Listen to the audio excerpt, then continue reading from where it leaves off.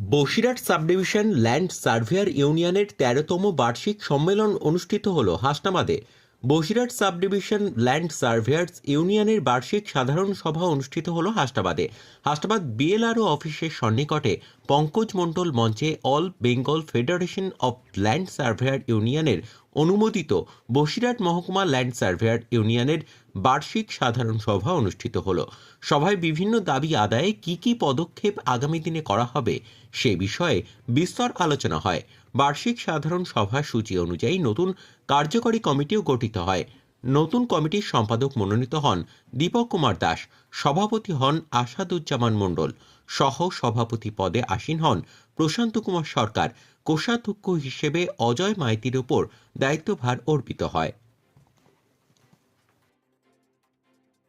সম্মেলন Basirhat land surveyor ইউনিয়নের আজকে আমরা ৭-৮টা ব্লকের আমিনরা সমবেত হয়েছি। আমাদের আমিনদের বিভিন্ন 11 দফা 12 দফা দাবি আছে রায়তদের মিলে। আমরা প্রথম দাবি হচ্ছে রাজ্য সরকারকে ভূমি দপ্তরের সরকারিভাবে আমিন নিয়োগ করে বেসরকারি আমিনদের সেখানে যাতে নিয়োগ করা যায় এবং ভূমি সমস্যার সমাধান করা যায়। আমিনের সরকার খাজনা ট্যাক্স নেয়, সরকার রায়তরা জমি গণ্ডগোলের সমস্যার সমাধান হয় না। তার জন্য বেসরকারি আমিনদের যদি সরকার নিয়োগ করে সরকারে অনেক সমস্যার সমাধান হবে। আর পঞ্চায়েত আমিনদের ভাতা যদি তো ভাতার ব্যবস্থা করা হয় এবং জুনিয়রদের যদি কর্মসংস্থান হয়, এইসব ব্যাপার আমরা ভূমি দপ্তরে আলাদা মন্ত্রী নিয়োগ করতে হবে, নয়তো আমরা দাবি জানাবার লক্ষ্য খুঁজে পাচ্ছি না, যাতে রায়তরা সুবিধা পায়। বিষয়টা হচ্ছে এই সমাজে আমিনদের গুরুত্ব অপরিসীম।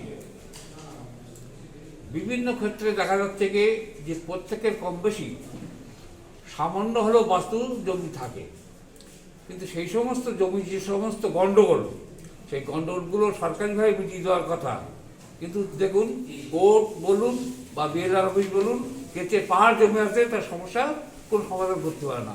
কিন্তু আমাদের যে বেসরকারি আমিনরা আছে তারা সামান্য মজুরির বিনিময়ে তারা কিন্তু এই সমস্যাটা সমাধান দীর্ঘদিন ধরে করে আসছেন, তথাপিও কিন্তু সরকারিভাবে এই আমিনটা অবহেলিত। যার জন্যেই কিন্তু আমাদের আমিনরা সংগঠিত হয়েছে এবং আগামী দিনে যাতে বৃহত্তর আন্দোলন যেতে পারি সে ব্যাপারে আমরা একটা পরিকল্পনা করছি। মিউটেশন, কনভার্সেশন ইত্যাদির কাজে শুধু সার্টিফিকেট দিলেই হবে না, তার সাথে সাথে কম্পিউটার পর্চায় তামিল করতে হবে এবং দাগের অংশ সর্বদা 10,000 অর্থাৎ 16 আনা অংশে মিল রাখতে হবে। যে সকল মৌজায় বা দাগের রায়তি সত্ত্বের জমিগুলি অনলাইন সার্চিং রেকর্ডে নট ফাউন্ড দেখায় তা ফাউন্ড করতে হবে।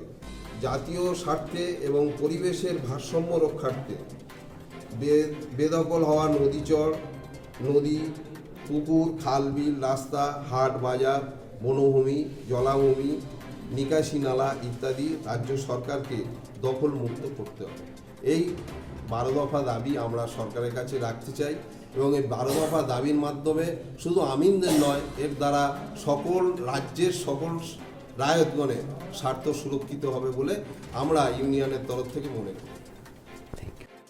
সেই ভেস্টেড ল্যান্ডের উপরে গড়ে তুলছে without any permission taken from the government, সেগুলো গড়ে উঠছে। ল্যান্ড নিয়ে একটা চলছে ছিনিমিনি খেলা, জনগণের প্রপার্টি ব্যক্তিগত সম্পত্তিতে পরিণত হচ্ছে, সেখানে বড় বড় অট্টালিকা গড়ে উঠছে। এই যে করাপশন, এই করাপশন বন্ধ করা যায়, কিন্তু সেটার জন্য একটা সেটেলমেন্ট ডিপার্টমেন্টকে তেমন করে একটা নতুন করে উদ্যোগ নিয়ে সে ব্যবস্থাটা করতে হবে। গভর্নমেন্ট সেটা করতে চায় না, তাহলে করাপশন করার সুযোগ থাকে না। The government is a criminal here, এবং তাকে প্যাট্রোনাইজ করতে ক্রাইমকে। এবং এগুলো যদি বন্ধ হয়ে যায় তাহলে অনেকের পকেটে পয়সা যাবে না। সেই জন্য এই গভর্নমেন্ট আমাদের এই ডিপার্টমেন্ট অফ এটাকে সার্ভেইং এটাকে করতে রাজি নয়, কারণ এই ডিপার্টমেন্ট করা মানে হলো তাদের কাজে নিযুক্ত করার ব্যাপার এসে যাবে এবং এইসব করাপশন বন্ধ করতে বাধ্য হবে গভর্নমেন্ট। সুতরাং আমাদের দাবি এখানেও একটা রয়েছে, যে দাবিটা আমাদের আমিনদের শুধু নয়, রাজ্যের সমস্ত অংশের মানুষেরই একটা দাবি, এই দাবিটা নিয়েও আমাদের ভাবতে হবে। বুঝতে পেরেছি? আপনার নাম? শিশির মিশ্র।